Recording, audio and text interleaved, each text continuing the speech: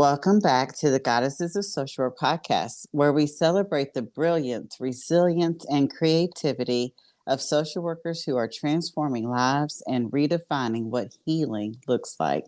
And today's episode is a very special milestone. This is our 100th episode. 100 conversations, 100 stories, 100 reminders that social work is sacred work. It feels only right that this 100 episode falls within our Swag Award series, honoring recipients of the Social Worker Appreciation of Greatness Awards, social workers who embody service, wellness, advocacy, and growth in the most authentic ways. And today we're celebrating someone whose very name speaks to the essence of this milestone, Taylor L. Pinkston, the Heart Advocate. Taylor is a licensed self-love social worker devoted to helping people choose self-love as a coping skill for mental health and healing. As the clinical practice program manager of Healthy Start Inc. in Pittsburgh, she provides cognitive behavioral therapy to prenatal and postpartum mothers experiencing major depressive disorder. She's also the creator of Self Care Matters and HOE, Healing Over Everything, programs that help people return to themselves through honesty, compassion, and radical heart work.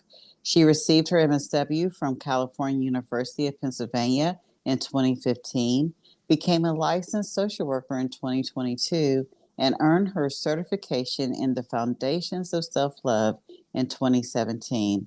So, as we mark this 100th episode, a celebration of heart, healing, and legacy, I can think of no better guest to help us remember what it means to love ourselves through it all. Taylor, welcome. I'm so honored that you are the one joining us for this 100th milestone. I am absolutely honored to be here. Thank you so much for having me, Renita. You are welcome. Taylor, before we dive in, and I'm super excited, I think I emailed you. I was doing my little podcast schedule and I was doing the numbers and I was like, oh my goodness, the heart advocate, the self-love guru is gonna be our 100th episode. And it just felt so perfect. It felt so perfect. And I Honored. emailed Yeah. you a few weeks ago and was like, I can't believe how the synchronicity lined up so well.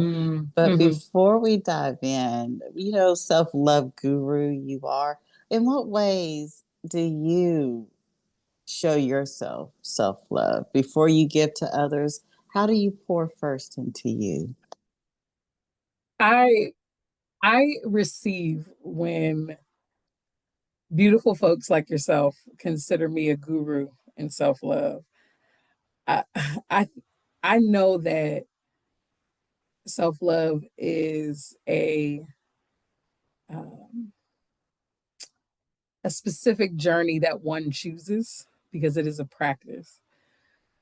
Uh, And although I receive it, I consider myself a student of self love. And I think that that is how I give myself the permission to self love. It's by allowing myself to be imperfect in the practice and not holding myself hostage to a standard that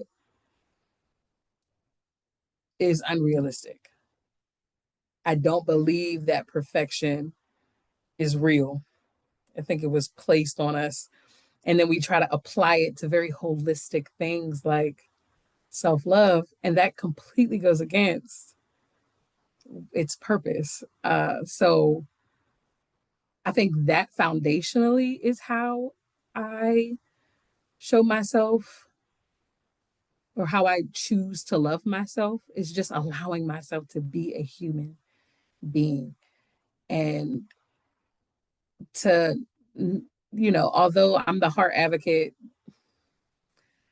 no matter what I'm doing and where I go, those closest to me allow me to just be Taylor. And I'm grateful for that. Um, but my people and keeping them close and being vulnerable and transparent with them are other ways that I'm able to show myself love. There's so many ways to practice self love, but I think foundationally, self compassion is a huge part of what self love means. The ability to be kind to self and patient with self and understanding of our humanity and those needs that are relatable to all of us, you know. And if we don't allow ourselves to just be a human being, how are you going to love yourself? That was so beautiful. Taylor, I want you to go on and on. And I'm going to dig my heels in a little bit. Yeah. Those who are close to me know that I love astrology, and Mm, um, Venus was just in Virgo. And, I kind mm, of like to sit in the Venusian energy and what lessons is she learning as she's in each mm. sign. And Virgos, they're known to be detail oriented. I say that Yes. kindly. And the the other way we could say it is a little perfectionistic, right? They could be Uh-huh. perfect. And so Venus, the planet of love, the planet of self-love, being Mm, in this perfectionistic sign, and the South Node was there too. One of the lessons that I got from mm, sitting in that energy the last few weeks as releasing perfectionism, mm. and Yeah. as an act, like you said, as an act of self-love, Mhm, and allowing yourself to be human. And there's a lot of converging of messages that are happening in my head right now, but I'm mm, reading The Shack. I forget who the author is, but in this derivative in this iteration mhm, of God is a black woman. And I kind of was mm, sitting, even with that energy of God being a black woman, and releasing perfectionism, and mm, not nothing we can do could ever separate us from mm, that love. And that means you can release trying to be perfect. You don't have to be perfect. mm, Yeah.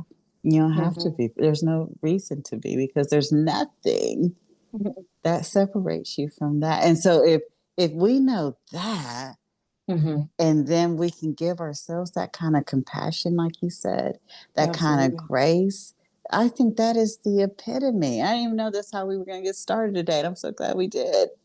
That is the Yes. epitome of self-love. And Giving very yourself. difficult to do. Mm.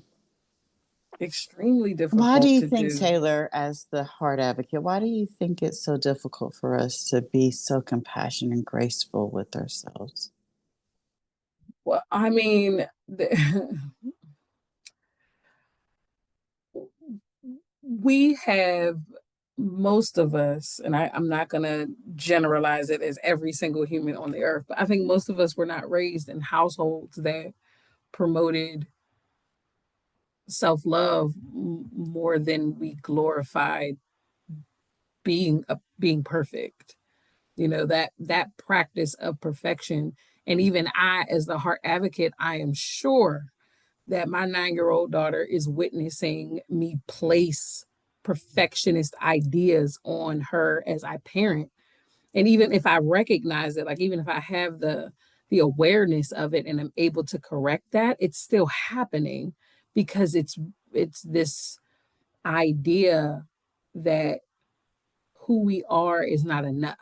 We need to be fixed, or this idea that we're broken and we need to change who we are, whether that's our appearance or our behaviors or the way we think about things and our personality and our mental health. Like there's so many nooks and crannies of our life that are picked apart, and it's advertised and marketed to be fixed. So I think that idea of brokenness with perfection go hand in hand, because we're always trying to reach a level that literally does not exist. And so it's a never ending journey of proving ourselves that actually looks like an obsession with failure, this obsession with making a mistake, worrying about that, um, never feeling like we're good enough, imposter syndrome. And I mean, it comes from, and people who know me will probably laugh when they hear this because I say it all the time. This is a white supremacist idea. Capitalism, patriarchy, these things, this is where it comes from.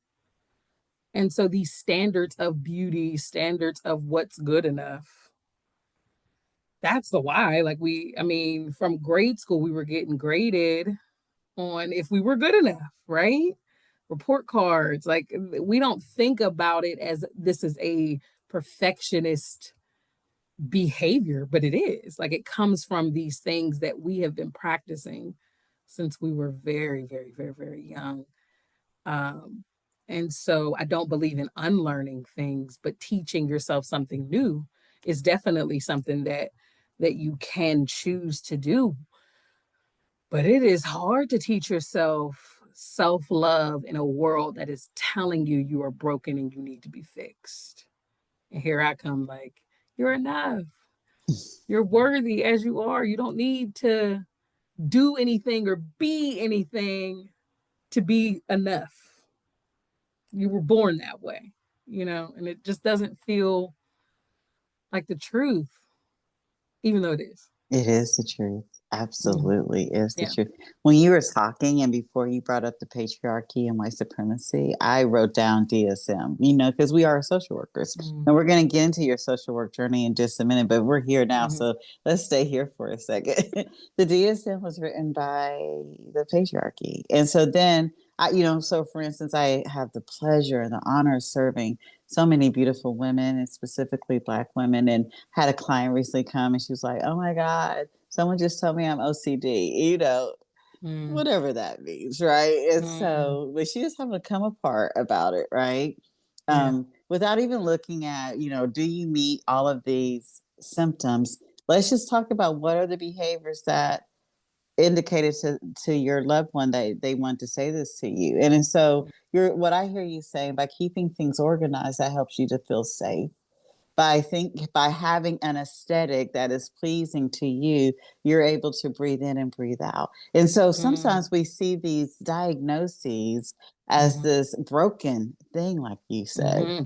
Mm-hmm. Like, oh, now I must be broken because I'm exhibiting this behavior, enough so that someone has called me a DSM diagnosis. And I'm like, but what if all of those things you were designedly and uniquely made to do those things, to Yeah. help you self-soothe and to help Yeah. you live? And because you do those things, you're going to raise children in a household who feel structure and they feel safe and they feel loved because you put enough effort in there to make sure all of their things were organized and straight. Oh Yeah. my goodness, what a beautiful Mm. thing. And so then instead of it Mm. being this broken energy, it's a Mm. superpower. Mm-hmm. Mm-hmm. Mm-hmm. It's a That's so strengths superpower. based. Yeah. Mm-hmm. Mm-hmm. Yeah. But perfection doesn't teach Mm-hmm. strengths based. Like there's nothing strengths based about this idea that you are fixed and need to be changed in some way uh, because you don't fit into what we say is enough or good enough, right? Um, and so we internalize it. We internalize racism, we internalize colorism, we internalize, self judgment and ridicule and shame. And um, we no longer need the world to bully us. Now we can do it ourselves and bully ourselves out of using our voice and advocating and living in our truth and saying no or saying yes. We have a lot of practice with beating ourselves up and beating ourselves down. Um, that absolutely is anti self love.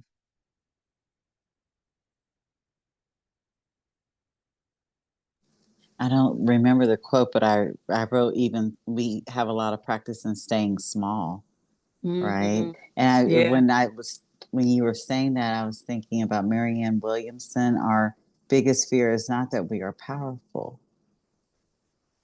I forget the rest of it, Mm. but Is that we are powerful but beyond measure. beyond measure, We yes, are we powerful. We are are so powerful. afraid of Hmm. our power.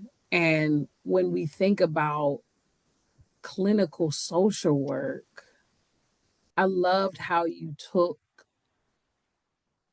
and we'll say diagnosis because your family and friends can't diagnose you, nor can TikTok. So, I digress.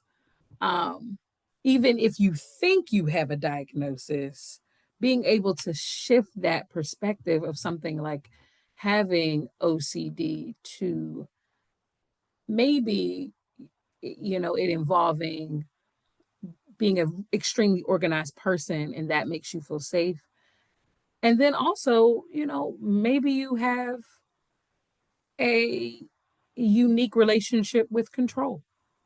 And that's something to be assessed by a licensed professional who can actually diagnose you. Um, but we box ourselves into these ideas of who we think we are or who we think we should be. And we're just doing a lot of damage to ourselves and to our loved ones when we label them um, in that way. It's so damaging to mental health to label. Sometimes I think we do need the labels for healing, but if that's not handled in a clinical way from someone who is, licensed and trained to do so, that can be really damaging. Really damaging. We got to be careful. We got to be careful with that. Absolutely. And so that brings us, that's a great segue into your licensed social work journey. And Mm, I love, the Guys of Social Work podcast was created because I love listening to the stories and journeys of social workers, like from the hmm. beginning, like from the womb. How did you find out about social work? Yes. And how did you get here? And how did Hmm. that lead you to becoming or evolving into, I like that word, evolving into the heart advocate? Hmm. My journey of social work started when I was a child. And this is a reflection back, of course, because at the time I was just my normal. I grew up with a child care in my home. My mom didn't have a degree in social work, but if you have a child care, that's social work. Okay. So in my home, there was a child care, and I wanted to be a child care provider for a long time. But I also grew up in a half sportsy, half artsy household. So my mom was the artsy fartsy one, my dad was the sports one. I did a little bit of both. But as I got into high school, I really gravitated towards the arts. So vocal performance and writing were my niches. I went to the Creative and Performing Arts High School here in Pittsburgh for vocal performance, but I loved to write and it was just always my thing. And when I started applying for university, I wanted to pursue writing more than I wanted to continue to sing. And so I initially applied for my bachelor's in journalism uh, and found out very quickly that I was not a journalist. That was not the calling on my life. And I had a professor, an awesome Black man at that time, just keep it real with me. Like you are more of a creative writer, a storyteller, and journalism is very specific. So he encouraged me to switch majors, which I did. So I at the time had a minor in telecommunications or television production and communications. So I kept that, but became a creative writing major. And so I got my, or prepared to graduate with my bachelor's in that, but I needed some electives to graduate. And there were 3 social work courses available online that fit my schedule. And I was like, this is what I already do. It's what I already love. It's what I already care about. I was the friend that people came and spoke to. I was the one speaking up against injustice. I was the one advocating for myself and others. From the bully on the school bus, me stepping in when I was in, grade school, to the, just always being comfortable asking for help and being okay with not having the answer. I would support my classmates, and, you know, I was the writer, but I loved research and I loved data. It just felt so in alignment with things that I already valued that I didn't really have the terminology for. And so I just fell in love. Those were my favorite 3 courses, and they were online. And so I decided to go straight into my master's in social work. And it was the most challenging time of my education, but also one of the most rewarding, in the sense that it felt like exactly what I was supposed to be doing. I my favorite professor, Dr. Rosalie Smiley, she's also a SWAT awardee this passing um, year. I just really got to see myself through my professors, see who the type of social worker that I wanted to become. And I just knew that I wanted to help people advocate for themselves, but I didn't necessarily think clinical at that time. And so once I received my master's in social work, around that same time, I found out I was pregnant with my daughter.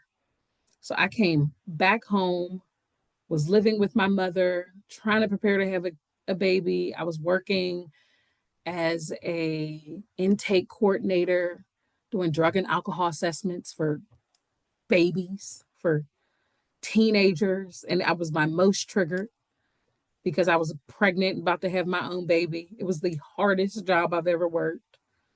Um, Definitely taught me what I didn't want to do, I'll say. But, through my self discovery in the relationship that I was in at the time, that was verbally and emotionally toxic and draining, as I was preparing to have my daughter, um, I felt like there was just something missing personally that wasn't going to be able to allow me to do the work that I wanted to do as an advocate, which is how I see social work. Um, I felt myself shrinking, like you mentioned before, really. Like, just I felt like I was living small, in the sense that I wasn't using my voice in my relationship. I wasn't advocating for myself. I was settling for less than I deserved. The verbal abuse, the emotional abuse, dealing with a partner who was struggling with their mental health and struggling with, you know, alcohol abuse. Like, there was just so many things that I didn't see myself getting. Like, how did I get here? I didn't go to school for all those years, doing all that hard work to bring my daughter into a world where I don't feel prepared to have her. And this is the home environment that she's going to be born into. So, after she was born, and while I was pregnant with her, that, like, second to last trimester, I got diagnosed with prenatal depression and generalized anxiety disorder. So that was like another, self-discovery moment, because the social worker is supposed to know, right? Like, I took me so long to actually go and talk to someone about what I was feeling because I felt like I should know better. Again, the perfectionist ideas of who I think I should be, as opposed to just allowing myself to have a human experience. I'm not above it. No amount of degree is going to eliminate a mental health concern or a struggle. So I had to be honest with myself about that. But once my daughter was born, um, that missing piece I felt like was loving myself. And so self love was really buzzy at the time. That was like 2015, 2016. Everybody online was talking about self love. There was like self love Sundays and Saturdays and all these things. I just did some research online. I found the Path of Self Love School and I wanted to get certified in it, but it was so expensive. And as a single mother, it was completely out of my scope. So I just emailed them and told them my story, again, with the advocating for myself. Just told them my story. I was just transparent. And they scholarshiped me. And I was able to get my certification through the Path of Self Love. 10 out of 10 recommend. But Christine Arilo and her amazing team showed me myself, showed me how I was choosing everybody else and not including myself. Um, Gave me the foundations of what self-love meant, how to apply it to my life. And there was I immediately connected the mental health clinical space to this holistic self-love. And I'm like, why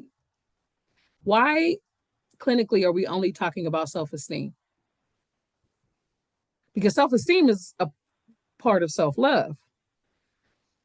There's so much more than just being confident in yourself.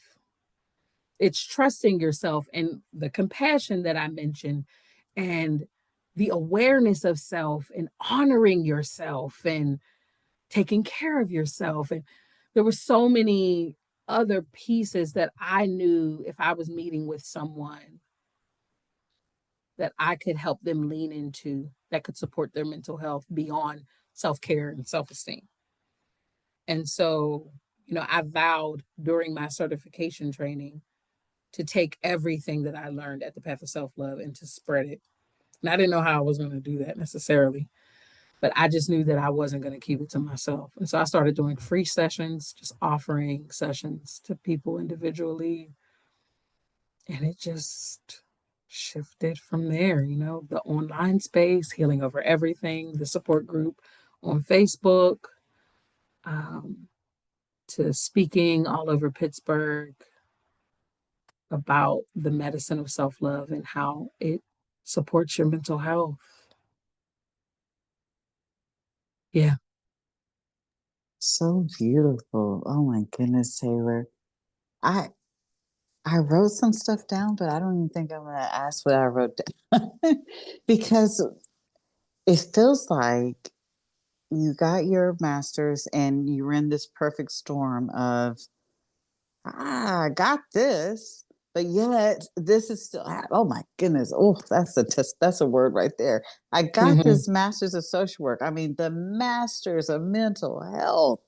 Mm-hmm. And yet I'm in this. I'm Mm-hmm. like in the soup of it all. Mm-hmm. And I did write down, how did you know that that was the missing piece? This loving myself piece. How did that awareness come to mind for you that I have this degree, I have this competency, I have all of the education and knowledge about how the brain works and how if I do all these things, these treatment plans and assessments, then I should be living a quality of life. I have all of those things. How Mm-hmm. then do you get to this awareness of, oh, it's the self-love piece that's missing? I think the combination of the curiosity Mm, of what self love meant and watching my choices, you know, choosing to be in the relationship with the person that I chose to be in a relationship with, choosing to ignore red flags, choosing to shrink and not speak up and advocate for myself, but I'm advocating for everybody else as a social worker. You know, I wasn't practicing what I preached. And what I was learning in through my coursework was how to advocate for others. But if I am the person doing that advocacy, I need to know how to do that for myself personally. And so when I discovered the word self love, it just felt like conviction. Like it just felt like, ooh, I need me some more of that. But what is it? And nobody could tell me. There weren't social media posts it just wasn't clear as to what that means. Because most people, when you ask them, do they love themselves? They'll say, yeah, but do your choices look like you love yourself? Because that's where I was. It was like, yeah, I love myself. But why am I making these choices in relationship, which is where I think the lack of self love really shows up? Who do you allow in your life? Who do you allow in your space? Who do you allow in your bed? That's where it was like, okay, well, maybe I don't, or maybe not fully, or not enough. And so, what's the practice of that? Like, what does it look like in real time to love self? And that is what I gained through the path of self love is the how, because it is a practice. It's not a feeling. Self love is not a feeling. Love is not a feeling. So then self love is not a feeling. It's an action, it's a verb. It's absolute. Love is a verb. I used to say that Mm-hmm. all the time. Absolute. Love isn't a feeling, it's a verb. I Mm-hmm. love that. Taylor, I have a second question, but I'm gonna stay with this one for just a minute. You know, I told you Phoenix just left Virgo, and today or yesterday she moved into Libra, which Mm-hmm. is the other, right? And so when you said that's how we learn about ourselves is through relationship. A lot of people, I don't think, realize that what we're mirroring on the outside with the other, what's going on with ourselves on the inside. And so, Mm-hmm. how to change what you're seeing with the other on the outside is not by trying to control them or change them or be Captain Save a Ho and try to save them. That's correct. It's That's how correct. can I clean up what's going on the inside of me so Yes. that now the reflection that I see is absolutely something I want to engage with and be a part of, right? And Yeah. so even oh, I used to say my picker was broke. I'm Yeah. laughing but it was my picker was broke because I wasn't doing the healing work on the inside, and so I Mm-hmm. would choose whatever I felt like was going on the inside, not realizing Yeah. that's what I was doing. And so the fact that you said, the reflection of self love can really truly be seen by what our relationships look like. What are your Mm, relationships looking like? And that is how you can see within yourself, where do I need to practice more self love? Or how can I absolutely. practice more self love versus it being about the other person? It really always Yes. starts right here. Absolutely. Absolutely. My second question, Taylor, is so you got your degree in 2012, I think it was. So my bachelor's was 2012 in creative writing. I got my master's in 2015. 2015. So I'm going to say this. So I got my master's. I got, in 99, 15 years. So I'm old school social work. So here it Mm, is. And what is a great question. So don't be scared. It's this, I old school social work is this very tunnel vision way of doing the work. And so even teaching social work, this is how we taught it. This is how the way you're doing it. But what mhm, you did so early on in your career was this thing that's not social work, this path over here that's not social work, And then Mm-hmm. being able to say, but I still pay the money, invested, and still love this profession. How do I Mm-hmm. bring those two together? I'm always curious because of my own journey of having to break out of the box of social work and talk Mm-hmm. about astrology and talk about, Mm-hmm. my own spiritual problem. Like, oh my God, it's not social work. But you so easily and effortlessly was like, okay, I got this thing, this MSW over here, but then I have this certification that has nothing to do with social work, and I'm bringing those two things together. I want to just ask you, how was that so easy and effortless for you, and what outcome were you expecting? I like your face. I like the face you're giving me. The face is it. It wasn't easy or It effortless wasn't. I at love all. it. It was actually really stumbly and fumbly. I already didn't even plan to be a social worker. Nothing in my journey through this degree has been planned. The Heart Advocate, that name came from the Path of Self Love School. My self love coach helped, she called me the Crusader. And it just kind of turned into the Heart Advocate. But at the time, my blog was called Ladyhood Journey. And I did all this branding for Ladyhood Journey and logoing and all of this stuff. The Heart Advocate came like the podcast came for you. Like it just it became this thing. I didn't want to only support women. I wanted to support human beings. Um and I was told that you need to narrow it down. You need to have a specific focus. I have right here on my laptop a worldwide community self-love practice. That is the Heart Advocate's purpose. So that means every human being practicing self love as a community act, because it is not this selfish, only about me thing. It's an including of self that I was missing and that I know so many are missing. And so no, it was not easy. It was not intentional. I'm still reflecting back, like, the pieces the pieces just fell into place, and I so believe in God's hand on it, because I could have easily dropped that television production communications minor, but God knew that I was going to be doing video, and that I was going to do a vlog, and that I was going to be speaking, and that I needed to have those skills. I didn't know it at the time, but there was a reason I kept it. And then the blog, I had a creative writing degree. So the blog just kind of fell into place, where I was able to just write and share my truth. And so many resonated with that. I took that to Twitter, and then I took that to Facebook, and now I'm on Instagram primarily. But there there were so many pieces to it that were so not planned. And like you, Renita, I just met a need.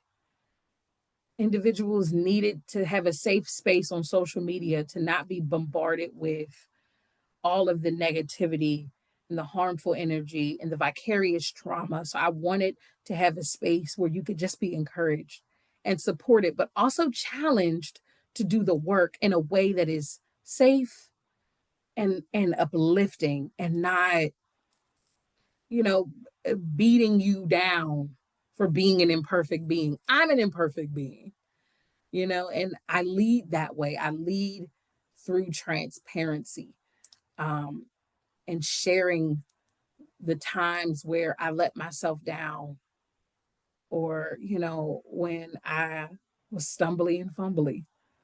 Um, but it wasn't, and it still isn't. And I don't know where it's going to go, but I just know that it feels so right because I didn't plan it almost.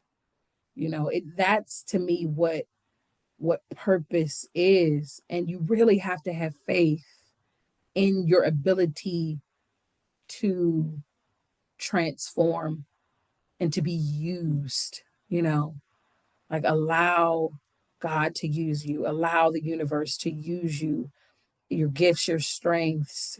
If you tell yourself what it's supposed to look like, that's all it'll be. But if you're open to the possibilities, you might find that what you thought you wanted to do isn't what feels most like you. So I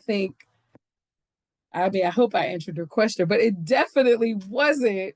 It wasn't intentional. It wasn't planned. It's still very stumbly and fumbly.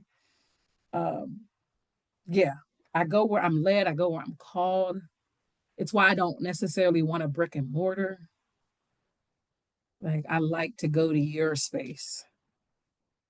You know, that just feels more like me.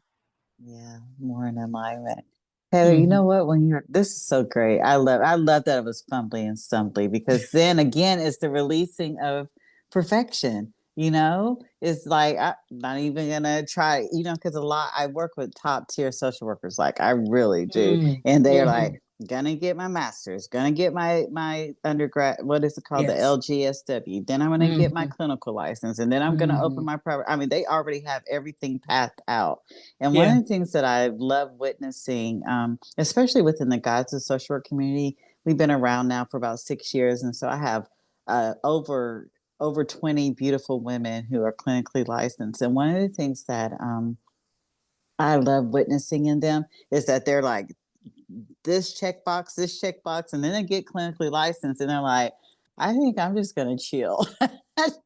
I think I'm just gonna, they've done Yeah. wore themselves out. Mm-hmm. That I'm just Mm-hmm. gonna be open to the possibilities of what is gonna happen for me next. And so Mm-hmm. what I'm hearing is like after the MSW and your perfect storm, you're like, I'm just gonna be open to the possibilities of what happens next. And Mm-hmm. in doing that, like you said, you've been so successful as the heart advocate and in a more in alignment with the work. The second thought I had was also witnessing all these stories, over 100 stories here on the podcast, but Mm-hmm. also just all the beautiful social workers I've had the privilege of walking this journey with.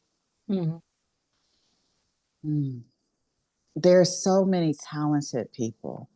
Mm-hmm. Have artists and dancers and yogis and Yeah. creatives, and they think that they have to keep that separate from social work because like Mm-hmm. you there where was the self-love in the MSW program, where's the Mm-hmm. creative expression in the Mm-hmm. social work program? And so they Mm-hmm. they don't see, how do I put these two things together, knowing that Yeah. if I put those together, that's really where the healing lies, Yeah. right? And so being able to hear you say this, one, we're trailblazers. We are reshaping what social work looks like. Mm-hmm. We're Mm-hmm. reshaping it by bringing that thing that we were gifted, innately gifted with, into this space and saying, here's my offering. Yeah. And then by doing that, that's building that bonfire. People will come. If you build it, they will come. Just like Mm-hmm. with your Instagram and all the Mm-hmm. social media stuff you've done. And by keeping it separate, we're fractured. And that Mm-hmm. fire can't be as big and as bold and as fulfilling and as warm as it potentially could be. But by Yeah. bringing that skill, that gift into the social work space and then providing an offering, I think that would be more fulfilling for those of us doing this work. And it will be more fulfilling for the people who are looking for exactly the unique thing that you're bringing to the table. Mm-hmm. Mm-hmm. I 1000% agree with that. Yeah. And Yeah. I wish that more leaned into it. I think you were going to ask a question. Go ahead, because No, I had a third thing. So while okay. you were talking, I was like, you know what, Renita? I tell people this. I changed my major 5 times before I found social work. Mm, Well, before social work found me, I had a professor who was like, I think you'll be a good social worker. But mm, I had a major in journalism. I had a major in English. I had a major in speech pathology. I had all And then Okay. here I am, and like, I don't know Yeah. why I started a podcast. Apparently, I like Mm-hmm. words. And so when you were talking about your minor Mm-hmm. in television, your major in journalism, and you Yeah. blogging, you're on film, and like I Yeah. even said, I knew immediately since I met you, I was like, I'm not even gonna go over anything with you. We're just gonna hit record. It's because you are ready for the film, for the screening, for the recording because of that educational background of yours. And it's like, Mm. oh, for the first time in doing these 100 episodes, I just remembered, oh, yeah, I had a major. It all comes It all together for a purpose that we don't know and we're not supposed to know. We're not supposed to know everything. at all. But tell me No. what you were about to say. I want to hear what you I, were about to say. I think that conversation of the uniting Mm, all parts of us as social workers is such an important conversation. I happen to know a few social workers here in Pittsburgh, or I'll even say social workers, because you don't necessarily have to have a degree to be doing social work. For example, my mom, who, like I said, I grew up in a child with a child care in my home. She has a counseling degree now and does a mobile play therapy bus. So she has a shuttle that goes around to schools throughout the city, and students come on the bus and do play therapy. But I think that foundation of childcare is her why, that is a part of what she does now. I know a master's of social work who does art therapy because she loves to paint and she loves to create. So she provides, social work through art. And for me, it's self love. For me, it's educating and encouraging and teaching the practice of self love through your voice, through your advocacy of self, the advocacy of your heart, what it feels, what it needs, and showing up for that. And again, just like I was told, you know, how to do what I'm doing, and to narrow it down to just men or just children or, no. I was also told to have a personal social media and then a business social media. Um, and it just doesn't feel that may work for others. It does not work for someone whose purpose is to a part of the purpose is to show the practice of self-love in my humanity. I am not going to separate my personal from my professional. And because Instagram is where I spend most of my time, I don't have a personal Instagram page. The Heart Advocate is Taylor. Taylor is the Heart Advocate. It's who I am. You're going to see personal photos. You're going to see professional stuff. You're going to get it all in one space because that feels authentic to me. And I think, not I think, I know that if more social workers truly saw how essential that they are, they would include their holistic approaches in their clinical space. They would include how they play and create in their professional social work space because there is a space for it. There's a need for it. It's certainly a need for the Black community. I think it's how we reach folks' mental health clinically by meeting them holistically first, you know? Um, but that's a whole nother podcast episode. I know. I'm loving this. I love this. And you know what, Taylor? I haven't even asked you your question. I am going to segue into that. And, one of the reasons you're here is because you were one of the participants of the SWAG Award. You are an awardee of the SWAG Awards in Pittsburgh. Yes. And, Sharice Nance, the creator of this amazing award ceremony, and she Mm, puts up on a party every year. So I mm, always want to give her flowers. She absolutely. 10 out of 10. connected us. But because this is the 6th year, right, of the Swag Award. So Yeah.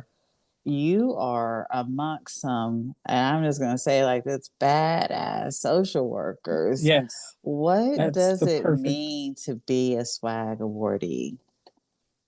Mm. It means being a swag awardee means that I have the opportunity and the privilege to, yes, sit beside other amazing social workers, all doing different things, uh, and to have the opportunity to celebrate myself and them in a way that social workers typically would never, because a part of being a social worker is sacrifice. You know, we don't do it for the money. We don't do it for the acknowledgement and the celebration. We do it as a service. It's a service. You do it because it's in your heart to do it, and not everybody has that strength and that gift to serve in this field. And so to be able to actually acknowledge ourselves and what we do, and to hear what others are doing, it means honoring a profession that we've dedicated our lives to, you know, voluntarily. Um, yeah, yeah, it means so much. It's an honor and a privilege to do the work, and it's an honor and privilege to be a swag awardee for sure. I love that. What was your awardee night? Your awards night like? I got to hear from some of the others. What was yours? It seems like these are special nights. So, what was your night like? So I was of year one, and year one was in the middle of the pandemic. So we did a virtual award ceremony. And I know in talking to Sharice, because Sharice does reflective supervision for me every week. So I get the privilege of spending an hour with her on a weekly basis at Healthy Start. She's a contracted LCSW for us, and I'm so grateful for her reflective supervision. But in talking with her about it, they had a whole another thing planned, as the first uh, award ceremony. And so for them to be able to put it together virtually was just, you know, it's a testament to her heart. She didn't want to not do anything because we were in the pandemic. So, I'm grateful that we were able to have a ceremony at all, because we know that that was such a trying time. And Sharice was dealing with so much during that time that I didn't know at the time. Um, but yeah, I was a part of year one, and there were a lot of awardees that year. And so the first year of anything, Yeah, you're figuring it out as you go. And to see it go from that to what it's become, yeah, Sharice, she Sharice has been badass. doing her thing. Yes, yes, Absolutely. yes. Absolutely. I'm going to go back to your program, Self Care Matters and Healing Over Everything. Mm. And you've created these beautiful, powerful, because I love community. That's my favorite thing to create is community. And so you've created these powerful community spaces. I'm curious, Taylor, what do those spaces look and feel like, and what transformations have you witnessed in the people that are a part of your communities? So, Healing Over Everything was kind of my reintroduction to Facebook. I had got off of all social media for a few years, probably like 2011 all the way to 2015, 2016. So after being on Twitter and realizing a group was needed, a more safe space was needed and that I could do that on Facebook, I started Healing Over Everything with a group of like minded individuals who also wanted safe space. And we, would host um, weekly topics. We would go live.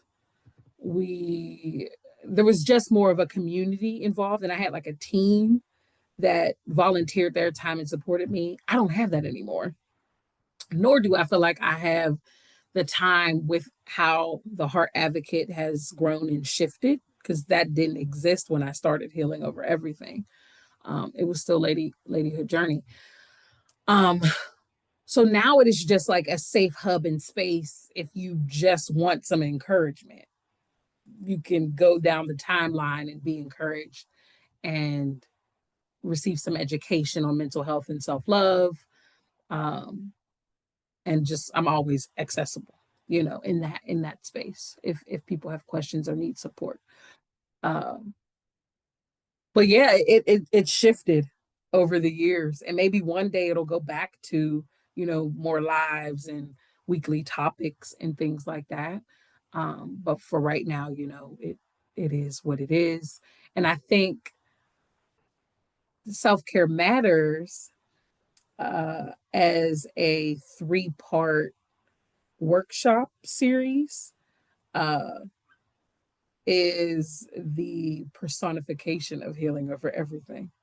It's what I can't do on social media.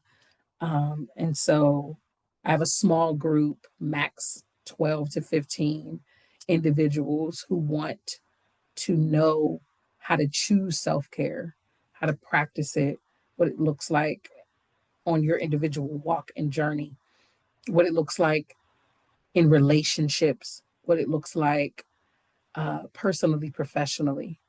Um, Through a 3-day process, we come together, we eat, we laugh, we cry, and we go through my Self Care Matters workbook together, um, presentation style, but still very holistic.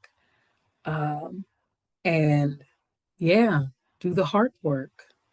Definitely do the hard work. So, yeah. So so beautiful. So tell me more about the Heart Advocate. So what is that the work you're doing now? The Heart Advocate So, the heart advocate is me. is you. Yes, yes. Um, I take the heart advocate everywhere I go because it's me. It's just the name for the advocating for the heart that I do, whether that's family and friends, whether that's in my parenting with my daughter, because I'm raising her in a self love household, in my relationship. So, my partner is aware that this is how I will show up in loving myself in the way that I didn't in my past relationships. Um, it shows up at Healthy Start in Pittsburgh, where I'm, program manager for our clinical practice department. And it's how I train clinicians to support moms with cognitive behavioral therapy in our program, Moving Beyond Depression. Um, it shows up everywhere on social media. It is literally me. If I'm in the room and you invited me, the heart advocate is there. Um, but of course, Taylor's always at that center.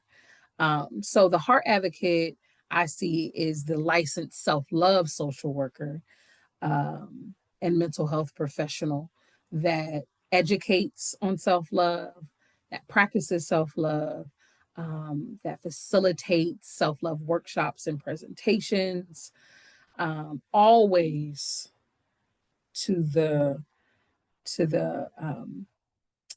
or with the intention on supporting your mental health, supporting your healing journey.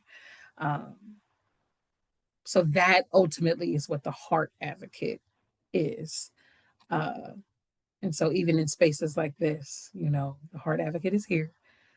Taylor's at the center. I love it. Yes, I love it. Hello, hello.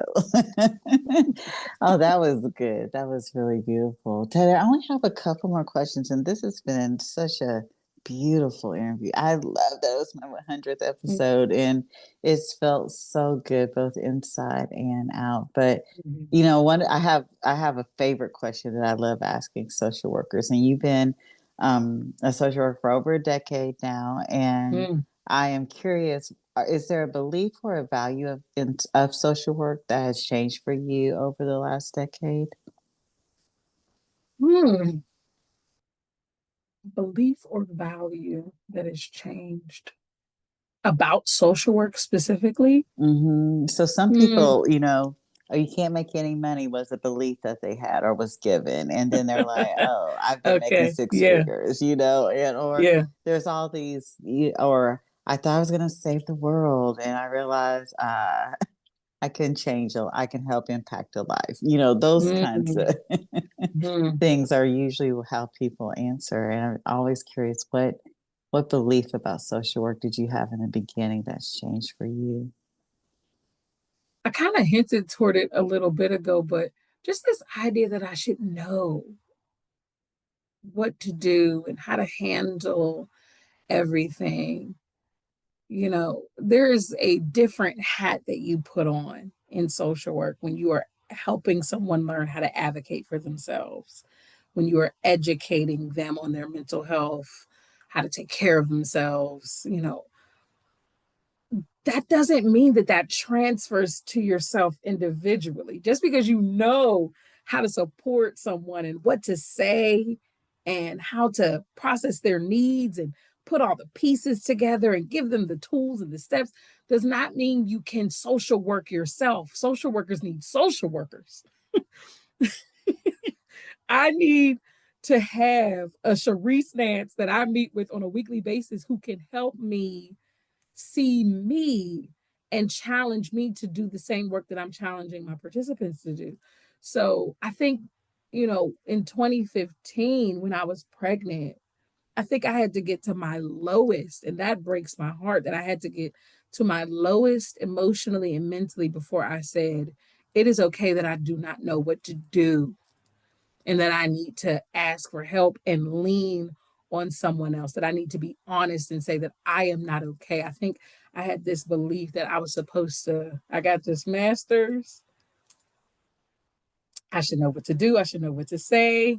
I shouldn't feel this way. I shouldn't have a mental health that's declining. I think that is something that 1000% I have shifted for myself. It's okay to not be okay. It's okay not to have the answers. It's okay to be a social worker that has a therapist, that has a psychiatrist, that takes medication, that, has your own social worker. It's okay. It's okay. I have two things.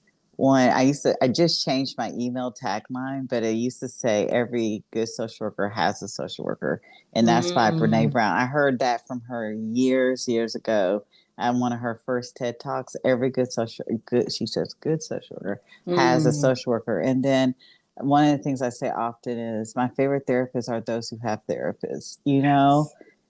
You They're the best know, they're the best kind because you want to know what it feels like to sit on the other side of the guy. table, and you need to be able to release because people are literally we are being paid for people to trauma dump Yeah. onto you. So then, what do you do with all that stuff? Mm-hmm. What do you do with it? Mm-hmm. Especially like you said when you were working with the mamas who were you're having to do the needs assessment for the mamas who may have been using substances and that was triggering for Children. It you. was children Children.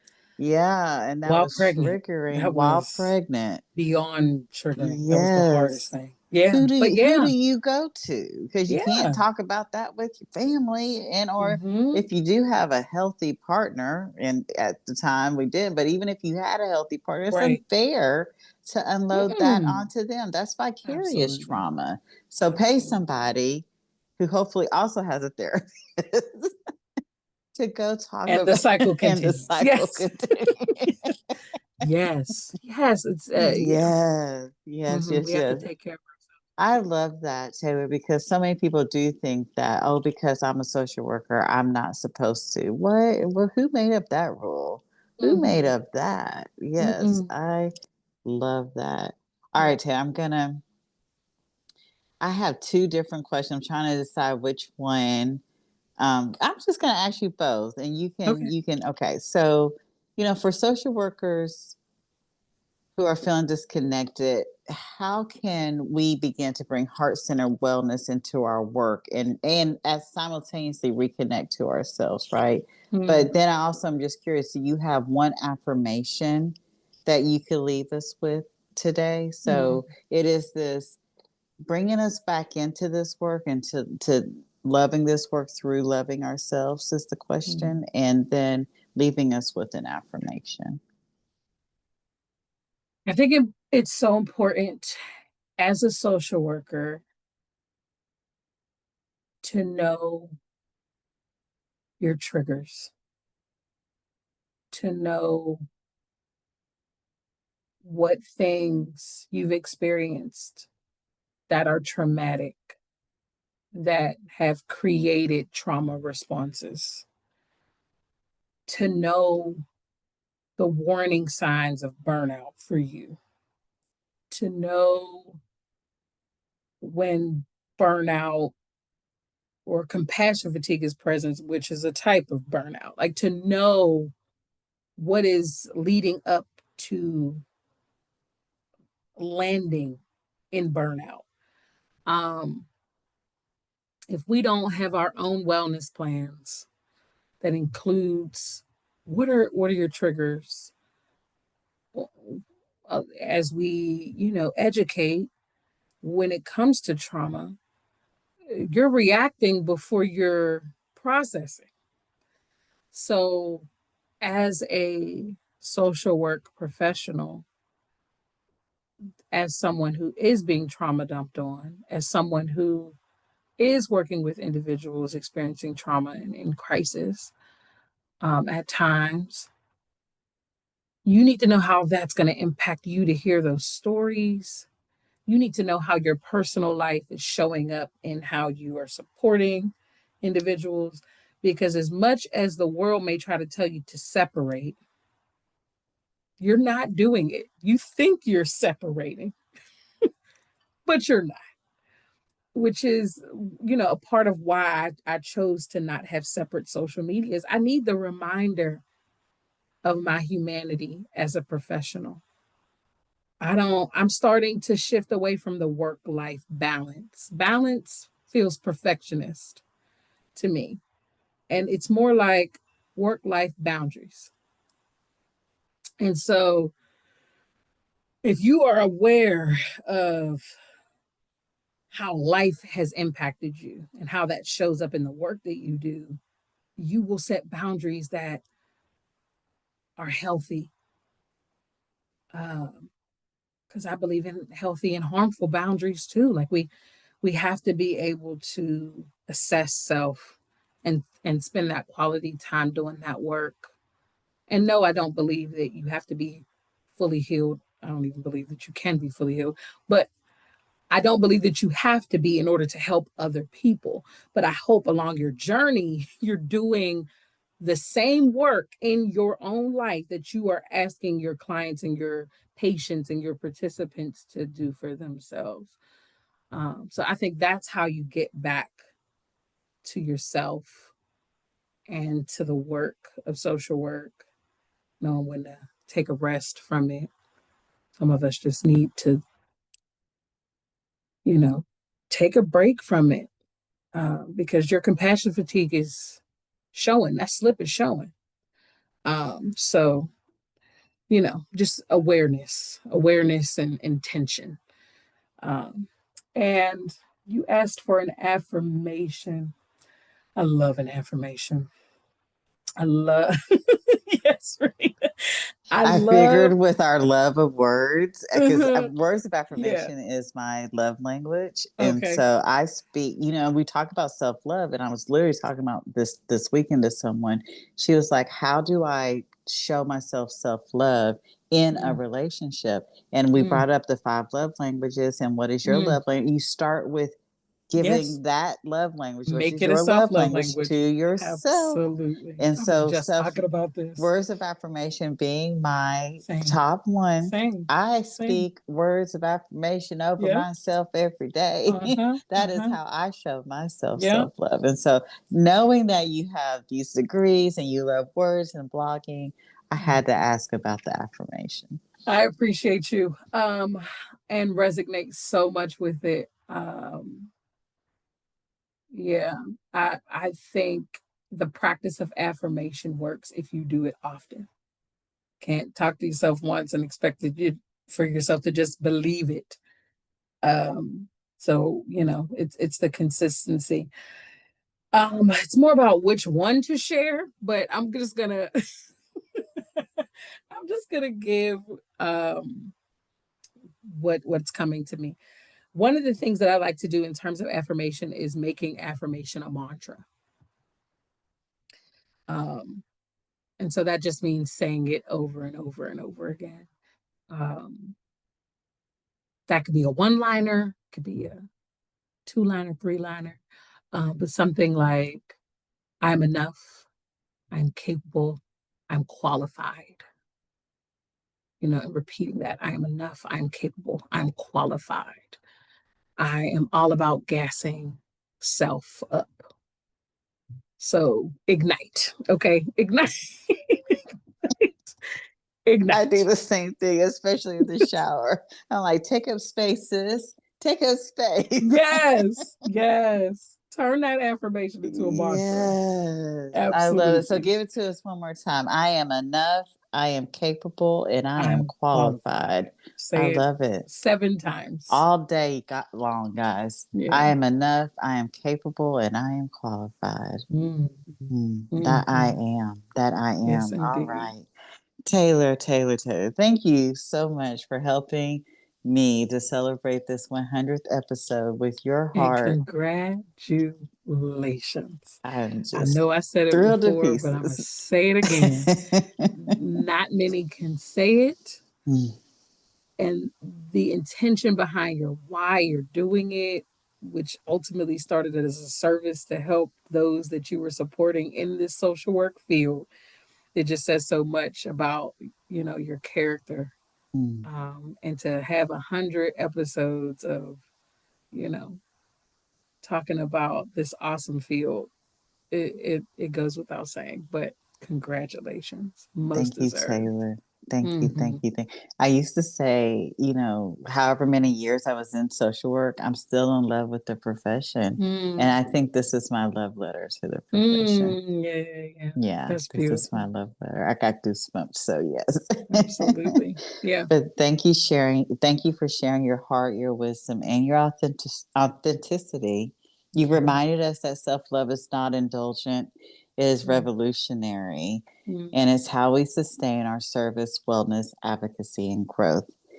This milestone wouldn't be possible without voices like yours and the goddesses of social work community who continue to show up, share, and shine their light in the world.